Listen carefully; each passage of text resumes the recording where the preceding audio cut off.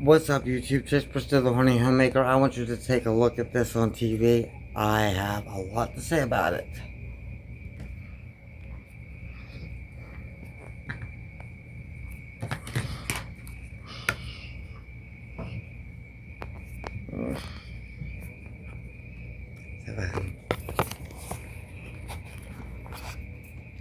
That works.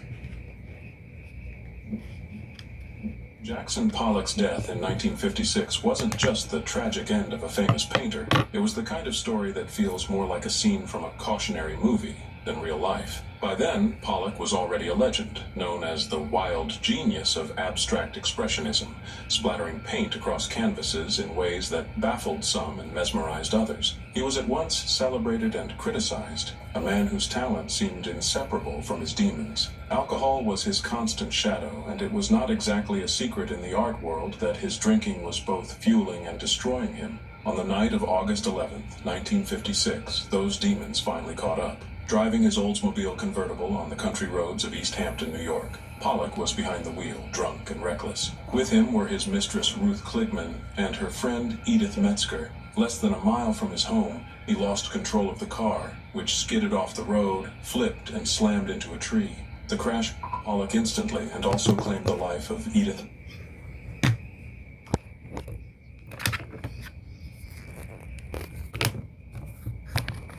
That's the best I could do to aim the camera, but this whole censorship bullshit is getting way out of hand as far as I'm concerned.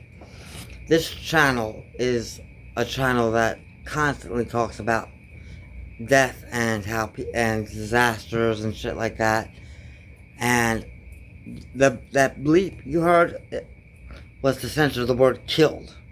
Okay, now riddle me this: why are people not allowed to say killed or died or murdered anymore, when back in the 80s or 90s, Sesame Street, for God's sakes, had a whole episode about death and Mr. Hooper dying, and they explained death to children. But yet here at YouTube, people on YouTube today can't even say dead or killed or anything like that. Christ, I'm a 90s kid, okay? I was born in 1990, and when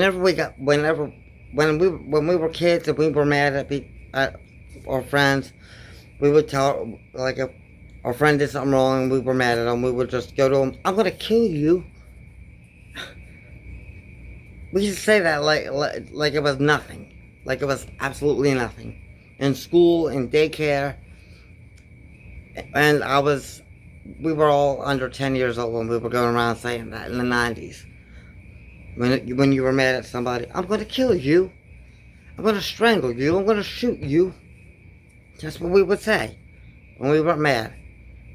But now, you can't even say killed on YouTube. It's bullshit. And I feel like the world needs to get back to the way it was in the 90s, before everybody became all sensitive to everything, and don't talk about this in history class, erasing history and bullshit. It's just bullshit.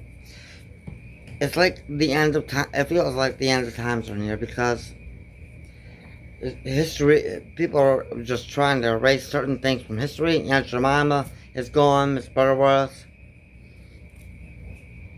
and since when was all that a problem? Never was when I was a kid. Shit, when I was a kid, we drank out of hoses, got mad at somebody, we said, "I'm gonna kill you," and there was talk explaining how things die and go to heaven on kids shows.